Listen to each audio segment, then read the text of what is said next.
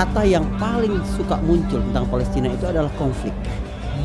Lalu terjadi perdebatan, ini konflik agama atau konflik politik atau konflik wilayah, ya kan Ustaz Hafiz. Jadi orang-orang, Ustaz, sebenarnya Palestina ini konflik wilayah, konflik politik atau konflik agama. Betul. Saya bilang jangan gunakan kata konflik.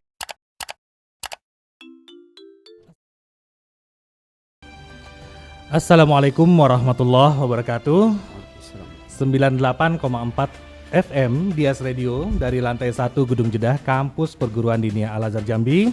Alhamdulillah kita sekarang pada hari ini tentunya bersyukur pada Allah Subhanahu wa taala atas nikmat dan karunia yang telah kita terima, masih pada sehat, masih pada insyaallah dapat menjalankan aktivitas kita dan insyaallah memberikan keberkahan untuk kita semua.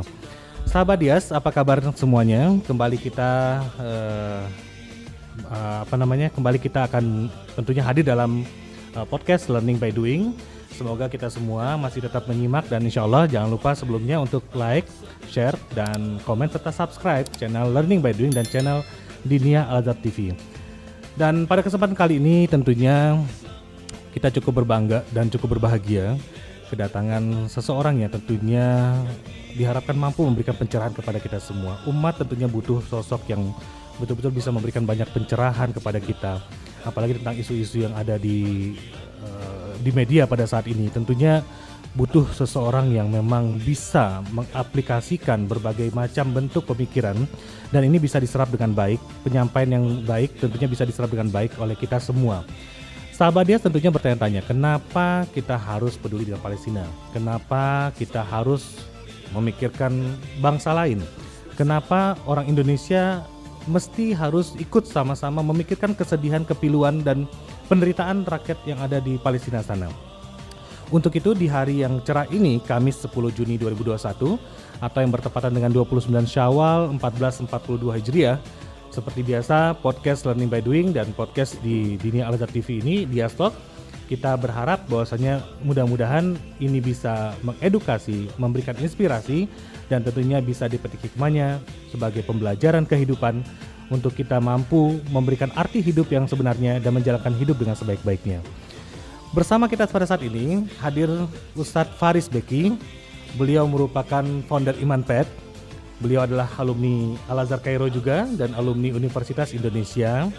Sekarang beliau berkarir sebagai dosen di UIN Syarif Hidayatullah Jakarta, betul Ustadz ya? Dan kemudian beliau juga penulis buku, banyak sudah buku yang udah beliau karang. Letter from Turkey, kemudian ada juga The Days baru-baru ini dan buku-buku lainnya.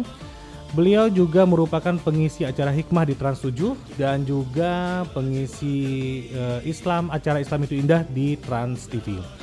Baik, mari kita sapa bersama-sama. Assalamualaikum Ustadz Faris. Waalaikumsalam warahmatullahi wabarakatuh. Masya Allah. Gurunda, alhamdulillah, terima kasih. Guru saya, bisa sahabat mengundang. saya, juga abang saya juga nih beliau ini. Terima kasih. Alhamdulillah.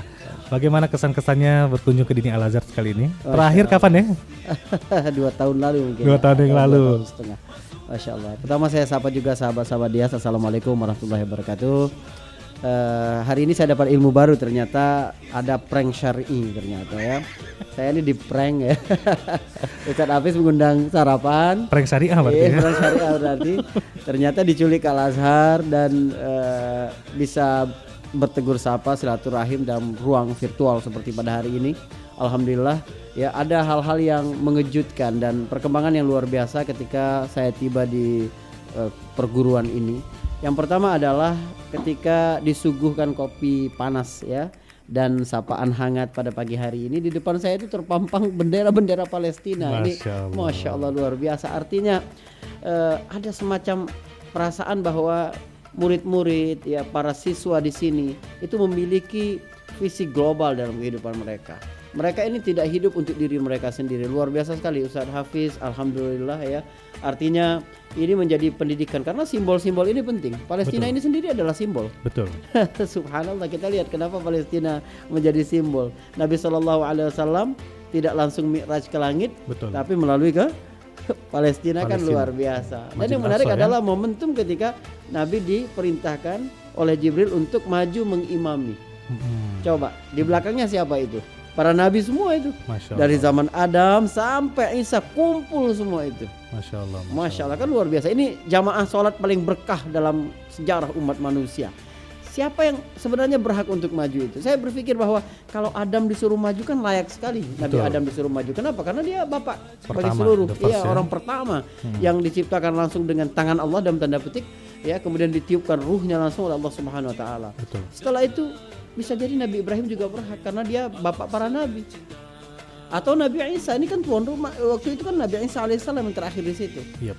Tapi kenapa Nabi Muhammad yang disuruh Muhammad, untuk ya. menjadi imam? Subhanallah. Ini kan pesan kuat sekali kepada Rasulullah dan kepada umat Islam bahwa ini simbol peralihan peradaban ini dipegang oleh umat Islam. Jadi bendera Palestina itu mengingatkan kita bahwa sekarang udah saatnya kita mengambil peran peradaban luar Ini biasa. betul-betul skenario Allah semuanya ya. Masya Allah, Jadi kita luar biasa. ngopi di Kopi Hati-Hati tadi, ada kafe di Dini Al-Azhar ini yang memang ada bendera 12 tiang dan itu bendera Palestina sebagai bentuk bukti keimanan kita kepada Allah Subhanahu wa taala dan bukti rasa kemanusiaan kita juga. Betul. Yang betul. bahwasanya memang isu Palestina ini bukan hanya isu agama, tapi memang isu dunia dan Betul, isu kemanusiaan betul, kan betul gitu ya. sekali, betul. Dan itulah skenario Allah sangat baik sekali, maka Oke. saya menculik beliau tidak untuk dibawa ke Rengas Dengklok tapi untuk dibawa ke Dini Al-Azhar ya. Saya bawa ke Dini Al-Azhar karena saya memang sangat merindukan kehadiran beliau di Dini Al-Azhar ini. Masya Allah, 2 tahun yang lalu, bukan 2 tahun yang lalu kayak udah lama sekali, lebih ya. betul, Masya Allah. Dan alhamdulillah hari ini saya bisa bawa ke sini untuk sahabat dia semua tentunya. Alhamdulillah, mudah-mudahan materi kita pada hari ini kita akan nanti berbincang mengenai Palestina ini dan karena khusus memang untuk Palestina. Karena apa? Karena perlu bagi kita untuk memahami baik itu sahabat Dias yang masih bersekolah, kemudian juga sahabat Dias yang sebagai orang tua, sahabat Dias sebagai pendidik, sahabat Dias juga yang sebagai tokoh masyarakat, sahabat Dias juga yang sebagai pejabat publik, pejabat pemerintah mesti harus memahami apa dasar kita berkoar-koar ataupun misalkan ya, betul-betul yang seperti memang sangat menunjukkan responsibel terhadap Palestina ini. Dan untuk itu tanpa memperpanjang kalam, kita tentunya penasaran ini. Pertanyaan saya tentunya dan menjadi pertanyaan juga sahabat dia semua. Apa sih yang terjadi di Palestina ini sebenarnya Ustaz Faris? Kalau kita lihat di media kan mungkin banyak yang ya ada benarnya, ada enggaknya, ada bisa dipercaya, ada enggak bisa dipercaya. Sekarang media itu ya kita enggak bisa percaya sepenuhnya 100% ya. Karena memang apa yang terjadi itu bisa jadi tidak terpublikasikan dengan yang sebenarnya. Betul. Atau mungkin yang ada yang sebenarnya terjadi tapi tidak terliput dengan wartawan ini dengan dengan media ini. Betul. Tentunya sebagai tokoh publik, tokoh umat. Ustaz Faris juga sekarang sudah menjadi dai nasional kalau kita lihat sekarang acara beliau di mana-mana dan kiprah beliau juga sudah di mana-mana. Sebenarnya apa Ustaz yang terjadi di Palestina itu sekarang Ustaz? Baik. Boleh baik. ceritakan Ustaz? Kata yang paling suka muncul tentang Palestina itu adalah konflik. Betul. Lalu terjadi perdebatan, ini konflik agama atau konflik politik atau konflik wilayah, ya kan Ustaz Hafiz. Jadi orang-orang Ustaz sebenarnya Palestina ini konflik wilayah, konflik politik atau konflik agama. Betul. Saya bilang jangan gunakan kata konflik. Betul sekali, benar. Sebab konflik itu kalau dua pihak sama-sama memiliki hak. Lalu mereka rebutan di perbatasan, ini benar-benar penindasan, penjajahan serta nilai-nilai kemanusiaan yang diinjak-injak gitu. Nilai-nilai kemanusiaan artinya apa yang terjadi pada Palestina ini sebenarnya penghinaan kepada kita sebagai manusia. Kamu berbuat apa gitu loh. Kamu peduli dengan ada angsa yang bulunya digunakan untuk bantal hotel. Kamu peduli dengan ada kulit ular yang digunakan untuk tas. Kamu tidak peduli dengan apa yang terjadi di Palestina. Ini kan ujian bagi kemanusiaan kita. Ustaz Hafiz, saya sering katakan kepada teman-teman ini, yang lebih bahaya dari melayangnya nyawa adalah matinya nurani. Masya Allah.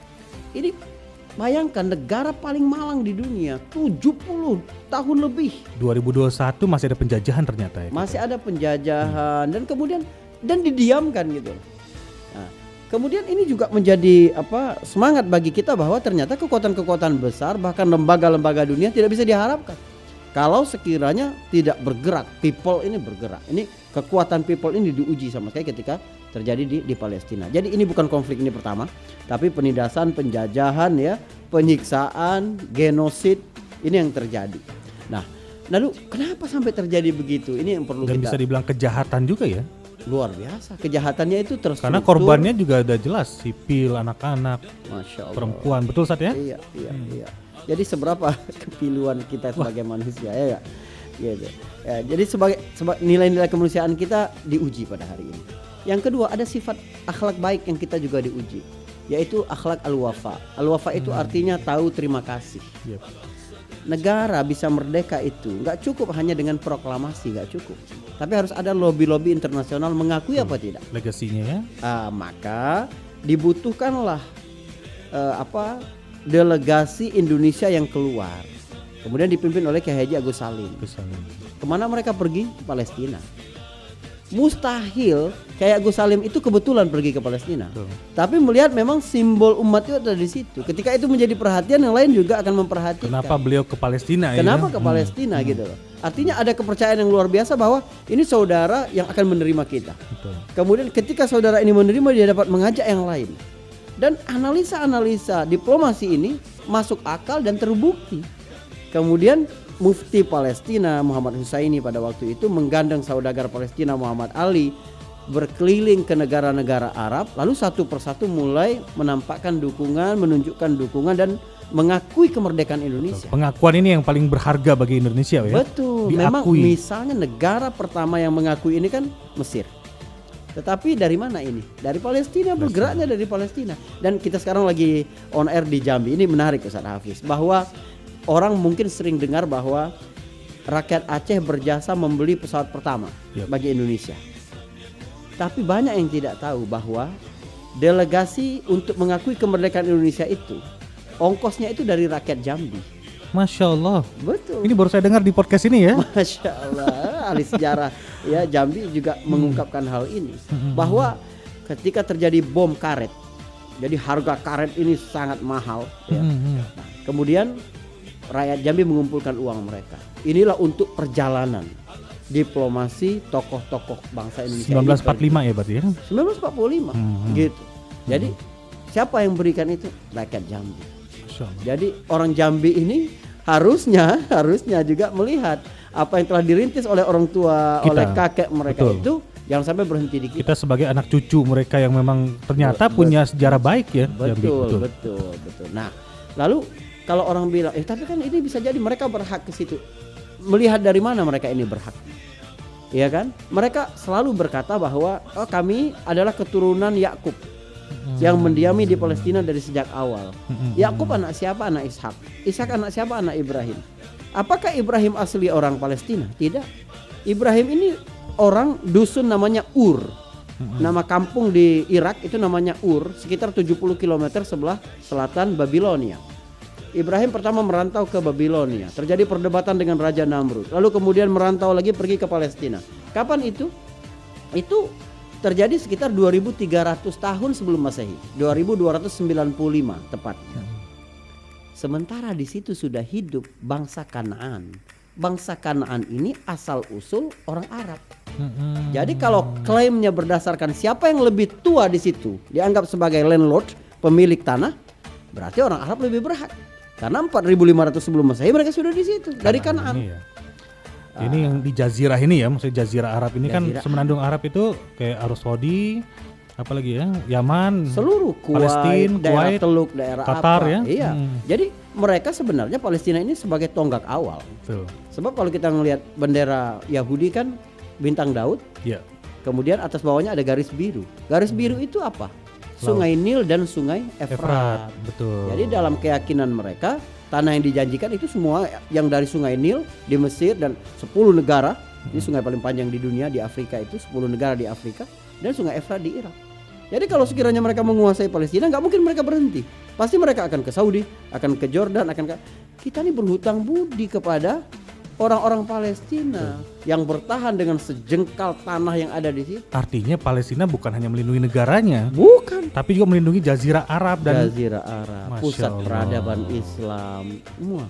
Artinya mereka yang pasang badan lah begitu kira-kira ya. Betul. Luar biasa. Dan kita nggak sadar kita sedang dibela nih sebenarnya kan. Kita sedang dibela dan mereka dapat keutamaan yang luar biasa. Coba, mereka ini kalau mati syahid. Tapi kita dapat apa dari perjuangan ini? Kita dapat apa? Tapi kita walaupun jauh dipisahkan ribuan kilometer dari Palestina, ternyata ada celah.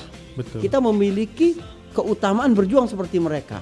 Hadis Nabi SAW, man jahaza ghazian faqad ghaza. Masya Allah. Siapa yang menyiapkan logistik, persiapan untuk Peperangan. orang yang berjuang di jalan Allah, kita juga sama seperti pejuang itu.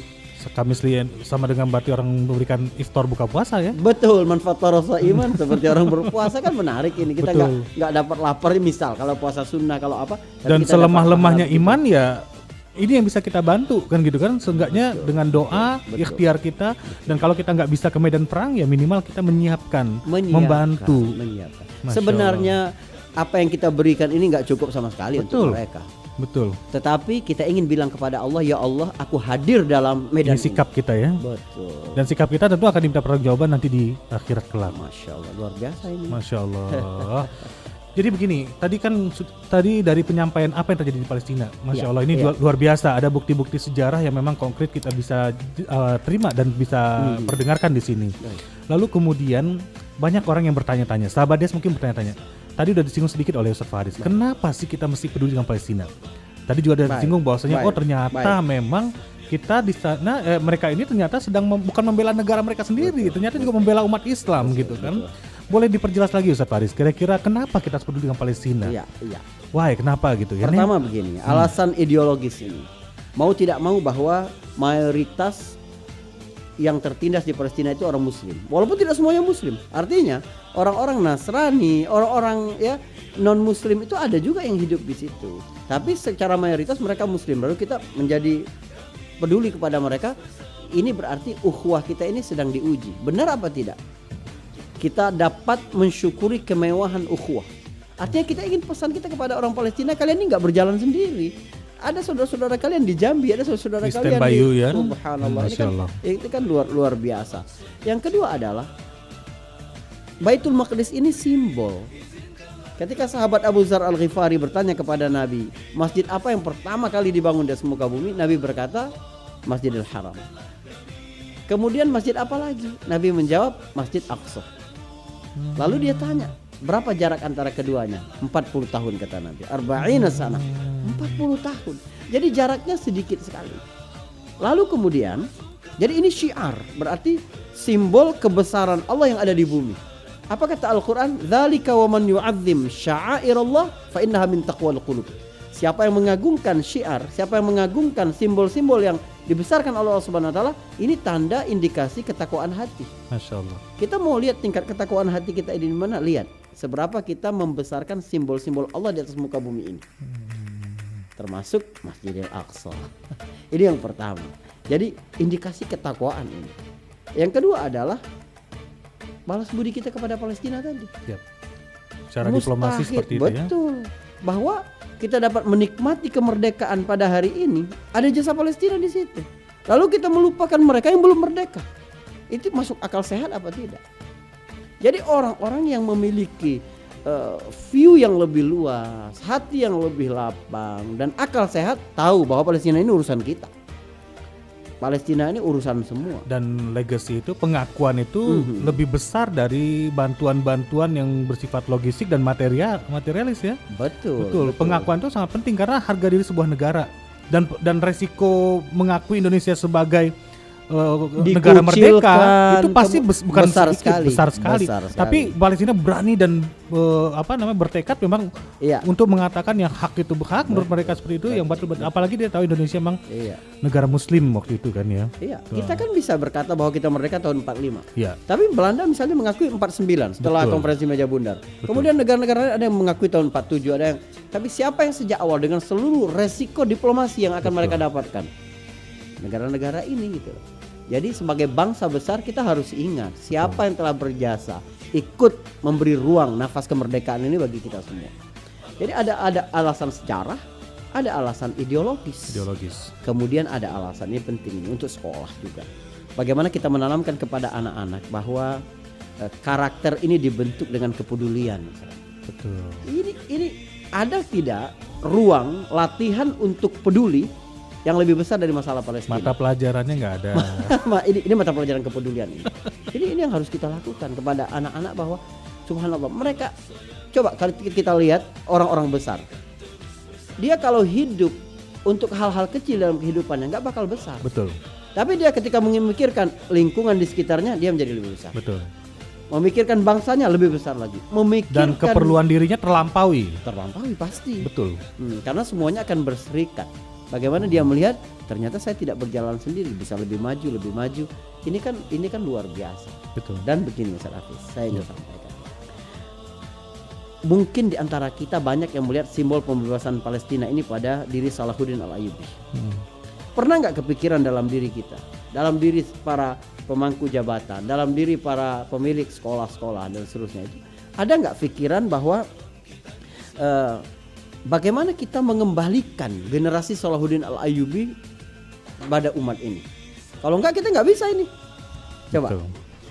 Palestina ini kekuatan spiritual luar biasa. Coba siapa saja yang dapat menundukkan Palestina? Ada Yusha' bin Nun. Ini nabi yang ikut bersama Musa ketika melakukan perjalanan kepada Yusha' Nabi bin Khidir. Nun, ya? Yusha' bin Nun. Yusha' bin Nun ini akidahnya luar biasa sehingga dapat menaklukkan itu. Masya Allah. Jadi dalam hadis riwayat Ahmad, Nabi berkata tidak ada inna syams lam tuhbas, sesungguhnya matahari tidak pernah ditahan ya li ahadin illa li Yusha', kecuali pernah ditahan oleh Allah untuk Yusha' bin Nun. Yusha' bin Nun berjanji akan menaklukkan Palestina pada hari itu, tapi matahari semakin dekat untuk Someone terbenam. spesial bagi Allah yang memang luar biasa beliau karena akidahnya tadi Ustaz ya. Akidahnya. Lalu dia menghadap ke matahari dan berkata, ayyatuhas syams anti ma'muratun wa ana ma'mur. Matahari, engkau menjalankan perintah Allah, aku juga menjalankan perintah Allah. Jangan tenggelam sampai kami dapat menaklukkan Masjidil Aqsa. Masya Allah. Ini kan akidah ini. Betul. Kita menguatkan kepada anak-anak kita ini apa? Kemewahan paling berarti dalam kehidupan ini ada Allah dalam kehidupan kita. Ini yang dilakukan oleh Yusha' bin Nun. Ternyata Salahuddin Al-Ayyubi memiliki kisah yang mirip. Ketika pertemuan antara ya musuh dan pasukan Muslim ini, Raja Richard the Lionheart, pemimpin dari kelompok musuh ini pengen berjumpa dengan Salahuddin Al-Ayyubi. Ternyata ingin menebarkan psyche war, perang psikologis. Yap. Maka berjumpalah dua pemimpin besar itu. Dan itu disaksikan pasukan-pasukan. Coba kita bayangkan kejadian ini di depan mata kita sekarang. Dua pasukan berjumpa, lalu ketengahlah dua pemimpin besar, ditakuti semua. Salahuddin Al-Ayyubi dan Richard the Lionheart atau Richard berhati singa. Richard the Lionheart ya. Richard the Lionheart ini mengulurkan tangannya dan berkata kepada Salahuddin, kenalkan, aku adalah Richard the Lionheart. Semua orang mendengar nama itu. Dan dia berkata, penerus kerajaan Inggris Raya. Kekuatan Inggris pada waktu itu semuanya ditakuti. Akan mewarisi kerajaan Raja Hendrik yang agung. Richard, Inggris Raya, Raja Hendrik. Semua nama besar. Salahuddin Al-Ayyubi tenang sekali. Mengulurkan tangannya. Menjawab uluran tangan Richard dan berkata, kenalkan Salahuddin, hamba Allah. Gak ada yang bisa nandingin ya. Apa yang lebih besar? Subhanallah. Tenang. Coba. Ini kan tentang banyak sekali. Jadi balik-balik memang ke akidah ya. Tapi yang ini menguatkan. akidah ini kan jadi karakter. Betul. Kita ingin akidah ini hidup menjadi energi. Bukan hanya jadi tulisan, Bukan. jadi bacaan, dan jadi hafalan. Jangan hal-hal yang dogmatif saja. Masya Allah. Tapi benar-benar ini bergerak di hati teman-teman sekalian, di hati para peserta didik, para guru, para apa. Kalau Allah bersama kita udah cukup bagi kita. Dan hanya bisa teruji lewat aplikasi ya. Betul. Betul. Nah, Palestina ini sepertinya dikirimkan Allah, ini aplikasi. Ya, Kita mau lihat seperti apa. kita bicara peduli, kita bicara ukhuwah, kita bicara persaudaraan, kepedulian, Iya. sosial. Pengorbanan, ketulusan, semua kan di situ semua. Bahkan ibadah kita akan terjawantahkan melalui ini. Iya. Apakah ibadah kita itu betul-betul sudah mencapai derajat keimanan dan ketakwaan diuji lewat sini? Bisa jadi seperti itu ya, Ustaz ya? Iya, karena apa gunanya sholat, puasa, baca Quran kalau kita tidak ihtimam, tidak perhatian dengan masalah-masalah itu ya. Hadisnya kan ada. Bi umuri ummati falaisa minni. Masya Allah, itu sindiran buat kita sekali itu ya. Masya Allah. Man la yahtam Bi umuri ummati. bi umuri umati atau bi amri muslimin Bi amril gitu ya. muslimin, ya. Masya Allah. Masya Allah. Laisa Laisa minna. minna. Bukan bagian dari minna itu kan kita umat Islam. Berarti kalau kita nggak peduli dengan isu Palestina, isu kemanusiaan, Betul. atau hal-hal yang bersifat kayak syiar tadi yang masjid kedua setelah Masjidil Haram, Iya. adalah Masjidil Aqsa, maka ya kita betul-betul diklaim tidak bagian dari umat Islam. Ya. Masya Allah, na'udzubillahi min zalik. Mudah-mudahan kita semua sadar dengan hal ini. Baik. Nah, Ustadz Faris, kita di sini sahabat dia sini saya yakin merupakan banyak pendengar yang saya rasa juga perlu sekali mereka untuk memahami apa korelasi. Tadi ada disinggung sedikit mengenai apa hubungannya pembentukan karakter Muslim Ya. dengan isu Palestina ini. Ya. Nah, di sini mungkin tadi udah dicukil baik, sedikit baik, oleh baik, Ustadz Faris. baik. Kita lanjutkan kembali. Baik, Nah, baik. Gimana kira-kira pengaruh? Pertama begini, anak-anak kita perlu dapat gambaran utuh tentang bagaimana pengorbanan para mujahid, para kaum muslimin yang ada di Palestina. Ini kan membuat keteguhan bagi mereka. Anak itu, pendidikan karakter ini paling mudah melalui asosiasi. Artinya apa yang terjadi pada orang lain itu dapat nggak diterapkan ke dia. Oke, observasi tadi ya. Iya, jadi kita melihat apa yang terjadi, kemudian kita menerapkan dalam kehidupan kita. Bagaimana mereka ini berani menghadapi kekuatan besar. Bahwa urusannya bukan urusan selengkap apa kamu punya senjata, bukan. Ini kan kepada anak-anak misalnya kita begini. Kita di Jambi nggak kalah loh dengan orang-orang yang berada di kota-kota besar lainnya. Betul sekali. Kemudian sekolah kita ini bisa bersaing dengan sekolah-sekolah yang namanya nasional apa segala macam. Bahwa tempat saja di situ. Ini kan pendidikan karakter yang luar biasa. Kemudian apalagi mengandalkan Allah dalam kehidupan. Ini nampak sekali dalam kehidupan. Jadi kalau mau menang dalam kehidupan ini seberapa kita mengandalkan Allah. Kalau kita ini bekerja, ya untuk apa kita ini bekerja Ustaz Hafiz coba? Kecuali untuk menjalankan misi dari Allah Subhanahu wa taala bahwa kita ini hamba Allah. Seperti lafaznya Allahu Akbar gitu kan ya. Bahwa Masya Allah. semua ini sudah. Kita Kedewasaan spiritual ini kan dari seberapa kita dapat merasakan kita ini nggak berdaya tanpa Allah. Betul, Masya Allah. La haula wa la La quwata. haula wala quwata illa billah. Inna lillahi wa inna ilaihi raji'un. Pesannya kan Kalau itu enggak semua. jadinya nanti kayak Firaun ya. mengandalkan diri sendiri ya lupa dengan kekuatan yang sesungguhnya, lupa siapa yang menghidupkan. Nah, itu luar biasa. Dan kemudian kalau kita lihat memang sosok-sosok pejuang-pejuang atau pahlawan-pahlawan heroes dalam Islam ini ternyata tadi baru disinggung sedikit Yusuf bin Nun, kemudian dilanjutkan dengan Salahuddin Al-Ayyubi itu, bagaimana Mus'ab bin Umair, Abdurrahman bin Auf, Umar bin Khattab. Nah, karakter seperti ini yang nampaknya memang kita seringkali kalah dengan animasi-animasi yang itu dibuat oleh orang non-muslim ya kan. Sehingganya anak-anak kita lebih mengenal tokoh-tokoh heroes yang di luar itu. Itulah gunanya umat Islam harus menguasai media. Betul sekali. Jadi saya dukung sekali Dias punya radio seperti ini, saya bangga Ustaz Hafiz. Tuh, semangat di media kita, mudah-mudahan banyak inspirasi yang bisa kita sebar ya. Saya sering bilang ya ke tim saya di Imanpet ini, tim-tim yang di multimedia. Anda ini adalah Khalid bin Walid di zaman sekarang. Betul. Dulu kan perangnya dengan pedang. Betul. Siapa yang paling jago mainkan pedang, dia di depan. Sekarang perang kita apa? Media, opini. Zaman Salahuddin psikowar tadi ya. Psikowar tadi. Nah, sekarang opini war ya. Iya, maka siapa yang dapat mengolah opini, dia yang menang. Jadi teman-teman multimedia ini, Anda Khalid bin Walid zaman ini, Anda Salahuddin abad ini. Coba kita lihat hari ini Ustaz Hafiz, ini suatu yang memprihatinkan menurut saya. Di Indonesia ini baru sekarang ternyata survei digitalnya di internet, di media sosial, orang di Indonesia ini berpihak kepada Israel mencapai 65%, kemudian 35% berpihak kepada Palestina. Belum pernah ada itu. Memang ketika diteliti dari 65% itu 97%-nya adalah but, bukan orang, bukan. Tapi ini mempengaruhi tidak opini? Mempengaruhi. Gitu. Siapa yang kemudian dapat selalu menyampaikan bahwa ini kan but, ini apa? Tapi yang kita lihat di lini masa media sosial, wah ini kenapa Hamas karena begini, judulnya kenapa? konflik tadi. Nah, selagi judulnya konflik, seolah-olah ini berantem dua negara, berantem dua bangsa. betul. Jadi bagaimana insya Allah Dias Radio ini menjadi pelopor juga, mulai dari perang kata-kata, kemasan, dan apapun yang kita bisa berikan kepada umat ini yang kita berikan Ustaz Hafiz. Insya Allah ini sejalan dengan umat, luar biasa, Masya Allah. Semoga diberkahi nih. Masya Allah, Dias Media mudah-mudahan tambah semangat dan mudah-mudahan Insya Allah. tambah berkembang. Sekarang kita sudah punya channel YouTube, Instagram, Facebook, medsos dan lain sebagainya. Radio juga alhamdulillah sekarang. Doakan mudah-mudahan kami bisa terus istiqomah dan bahkan terus meningkatkan wadah masyarakat, pengembangan informasi dan edukasi masyarakat ini. Mudah-mudahan secepatnya harapan kita akan terwujud Dias TV. Insya Allah, Harapan gitu. insya Allah, Amin Masya ya Allah. Allah. Doa Ustaz Farid. Jadi Saya percaya sama Ustadz Hafiz karena ada jadi beliau ini pemikir sekaligus memiliki kemampuan manajerial. Ini tidak banyak orang punya Ustadz Hafiz. Insya Allah Ustadz learning by Hafiz. doing ya. Sesuai channel ya kan gitu. Baik. Jadi gini Ustaz Masya Faris, Allah. apa namanya?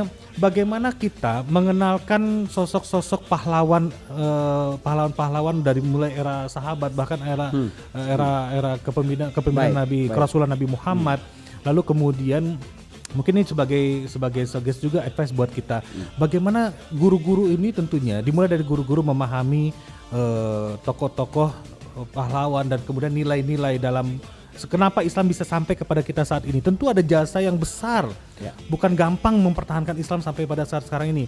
Mulai daripada era fase di Mekah sampai kepada fase Madinah mempertahankan sahabat-sahabat yang berkorban, yang digantung, yang dibunuh, yang diinjak. Bilal bin Rabah dihimpit batu ya, luar biasa. Nah, kira-kira sebagai pendidik kita di sahabat di Dias ini, kira-kira bagaimana Ustaz Faris melihat peluang-peluang pembentukan karakter ini bisa ditransformasikan kepada anak-anak kita? Baik, karena kalau transfer knowledge aja nggak cukup kan? Betul. Kita butuh transformasi diri. Betul. Gitu. Dan ini memang formula yang sedang kita bahas juga di Dias. Mudah-mudahan karakter-karakter ini akan muncul, karakter Khalid bin Walid, karakter Umar bin Khattab, karakter Utsman bin Affan. Kita justru malah lebih keren daripada Superboy, lebih keren daripada Superman. Apalagi yang baru-baru sekarang ini Superman is dead. Superman is dead. Silakan. Baik, Ustaz Hafiz. Ini menarik.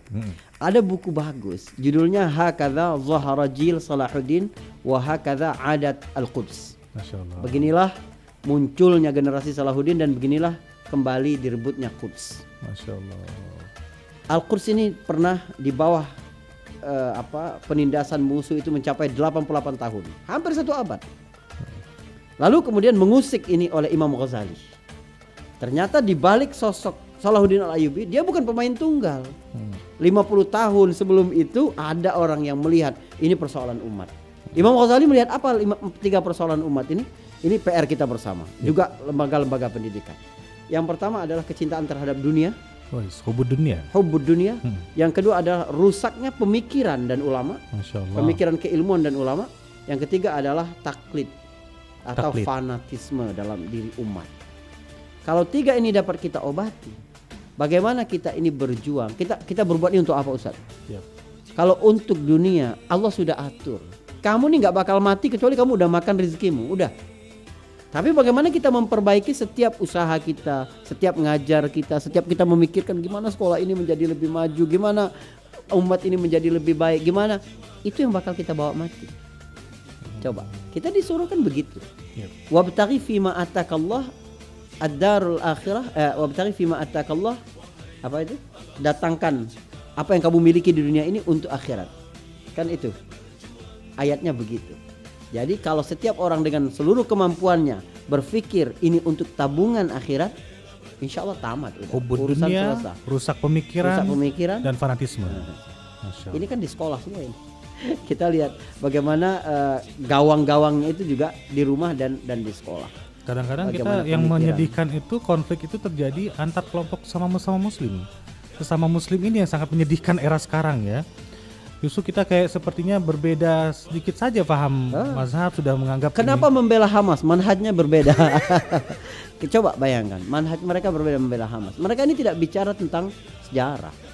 Waktu terjadi peperangan antara Romawi dan Persia, sama-sama kafir ini. Satunya musyrik, satunya ahli kitab. Para sahabat ini berpihak kepada Romawi. Mereka sedih dong ketika Romawi kalah, Persia menang. Allah turunkan surat Ar-Rum untuk menghibur kaum muslimin. Sekarang iya Romawi kalah, tapi beberapa tahun lagi wahum min ba'di ghalabihim sayaghlabun. Mereka bakal menang setelah mereka dikalahkan sekarang. Artinya Allah mengakui ada fikih keberpihakan. Betul. Mustahil Hamas ini lebih jelek daripada Romawi. Mustahil. Sahabat aja berpihak kepada Romawi karena musuhnya Persia diakui oleh Allah. Sekarang musuh Hamas siapa? Zionis. Lalu mereka nggak mau menolong, nggak mau melakukan tindakan apa-apa dengan alasan lain manhaj. Ini kan musibah besar sekali di dalam diri umat. Dan dia lupa, Allah ditolong tidak ditolong akan tetap menang. Hanya saja Allah perlu melihat sikap mereka dan itu akan dipertanggungjawabkan nanti. Betul. Nah, Betul. Kita berpihak di mana ini. Betul sekali. Jadi saya tentunya, nah ini yang memang sangat saya sayangkan hari ini. Ya. Sebenarnya butuh 2 jam 3 jam kita ngobrol, tapi ternyata beliau ini ya, mohon maaf sekali. nggak punya banyak waktu ya. Allah, iya, iya. Tapi insya Allah mudah-mudahan Insya Allah di momen yang baik ini, mudah-mudahan ada nanti momen yang terbaik bisa menghadirkan beliau kembali. Insya Kita Allah. butuh banyak pencerahan lagi Insya dan mudah-mudahan bisa.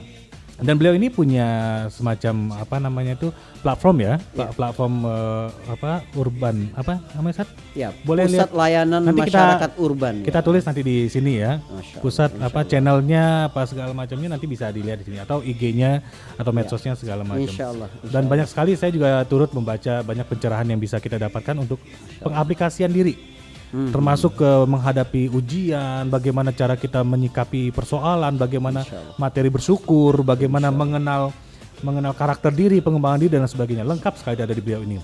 Dan akhirnya waktu jualah yang akhirnya memisahkan kita Terima dari kasih, Ustaz podcast Hafiz. ini. Bisa bertamu di sini juga luar biasa. Podcast kita boleh berakhir, tapi insya Allah silaturahim kita insya Allah akan terus Amin, amin. panjang, insya Allah. Berkat Dan- terus, jaya terus dia. insya Amin ya Allah. rabbal alamin. Dan untuk menutup segmen kali ini, tentunya dari Ustadz Faris tentunya ada pesan-pesan yang khusus disampaikan kepada sahabat Dias Radio Baik. 98,4 FM, dan mudah-mudahan Dias Radio ini terus menjadi istiqomah menjadi radio pendidikan, dakwah dan entertainment. Amin, amin. Nah, kira-kira Ustadz Faris untuk menyemangati sahabat kita untuk menutup momen kita kali ini, kira-kira apa yang akan Ustadz Faris sampaikan untuk sahabat Dias semuanya? Silakan didengarkan oleh sahabat Dias. Masya Allah. Sahabat Dias yang dirahmati Allah Subhanahu Wa Taala, kita ingin bahwa sinergi dan doa ini menjadi kekuatan umat. Jadi kita secara vertikal semakin kuat hubungan dengan Allah Subhanahu Wa Taala, semakin mengandalkan Allah, memuarakan segala ketakutan dan harapan kepada Allah Subhanahu Wa Taala. Ini mewah sekali. Yang kedua adalah bagaimana umat ini bisa bersinergi. Jangan terbawa oleh propaganda musuh sehingga kita menjadi lemah. Jangan menyenangkan musuh deh pokoknya. Jadi kita ngelihat apapun kejayaan yang didapatkan oleh simpul-simpul umat. Al-Azhar ini simpul umat. Sekolah-sekolah Islam lain simpul umat. Ya, partai politik Islam simpul umat. Usahawan ya Muslim adalah simpul umat. Kalau ini bersinergi, insya Allah dahsyat sekali apa yang dilakukan oleh umat ini. Era Tapi kolaborasi ya, ini. hati kita sebersih apa untuk itu, insya Allah. Masya Allah. Terima kasih Ustaz Hafiz, sekali lagi mohon maaf saya juga pengen lebih panjang tapi ada agenda lain, insya Allah kita berjumpa. Masya Allah, kembali. kalau bicara Palestina ini memang sepertinya memang hati kita kalau nggak tersentuh rasanya tuh luar biasa. Ini merupakan isu yang kita bilang tadi bahwasanya memang bukan hanya sekedar bicara sejarahnya, Betul. tapi juga ideologi kita di sini, Ideologis, historis, dan karakter. betul. Kita akan dilihat sebagai manusia, tentu kita harus bersikap sebagai manusia. Ketika melihat kesusahan orang lain, kita tidak merasakan kesusahan orang lain, itu justru malah sisi kemanusiaan kita perlu dipertanyakan Ya, seperti itu. kepekaan itu mata air kebaikan. Masya Allah, kepekaan itu adalah mata air kebaikan kata beliau ya. Dan mudah-mudahan apa yang kita bincangkan pada hari ini betul-betul bisa menginspirasi dan bisa memahamkan banyak orang, khususnya sahabat dia semua. Amin. Jadilah orang yang memang betul-betul yang dirindukan oleh surga. Dengan apa? Dengan amalnya, dengan pemikirannya, dengan tindakannya, yang insya Allah itu semua bisa membawa manfaat bagi dirinya dan bagi orang-orang di sekitarnya. Amin. Kita tentunya juga berharap akan lahir sosok-sosok Umar bin Khattab, Salahuddin Al-Ayyubi, kemudian juga Utsman bin Affan, Abdurrahman bin Auf pada masa ini, dan kita merindukan figur-figur yang tentunya sebagai orang tua kita perlu bukan cuma mengajarkan kepada anak-anak kita, dan bagi guru-guru juga bukan cuma materi yang diberikan, itu hanya transfer knowledge yang kita berikan kepada anak kita. Lalu bagaimana mempersiapkan mereka untuk bisa mentransformasi diri dengan contoh yang baik, dengan keteladanan yang baik. Mari kita bersama-sama para pendidik, para orang tua untuk bisa memberikan contoh yang baik anak-anak kita. Berikanlah dongeng-dongeng bukan cuma sekedar fiksi, tapi memang based on true story-nya memang dapat. Kisah Umar bin Khattab, Abdurrahman. Maka dari itu kita harus belajar terlebih dahulu. Dan untuk itu, jazakumullah khairul jaza Ustaz Faris. Afwan, Ustaz Hafiz. Barakallah fiik. Allah yubarik Mudah-mudahan antum sehat selalu. Amin, amin. Ini luar biasa jadwal beliau dakwah kemana-mana, udah seluruh Indonesia sekarang, bahkan ke luar negeri juga banyak jamaah beliau. Dan kita berharap sosok Ustaz Faris ini bisa terus memberikan pencerahan kepada umat. Terima kasih. Dan sahabat dia semua, akhirnya kita berpisah dulu, dan di momen yang berbahagia ini tentunya kita semua teruslah melakukan pembelajaran yang sejati. Jangan pernah berhenti belajar sampai maut memisahkan kita, dan teruslah menjadi orang baik walaupun mungkin kita belum diperlakukan baik oleh orang lain, tapi jadilah salah satu atau dari orang-orang yang mungkin menurut kita belum ada orang baik tadi, dan dimulai dari diri kita sendiri. Dan untuk itu mohon maaf bila ada kekurangan dan kesalahan, dan sampai jumpa di podcast-podcast lainnya dengan materi-materi yang luar biasa. Silakan di like, share, komen, dan di subscribe channel Learning by Doing. Semoga kita bisa istiqomah terus memberikan materi-materi yang positif, inspiratif, dan tentunya komunikatif juga bagi kemanfaatan umat di sekeliling kita. Demikian, terima kasih. Aktafi bihadzal kalam. Wassalamualaikum warahmatullahi wabarakatuh. Waalaikumsalam warahmatullahi wabarakatuh. Masya Allah.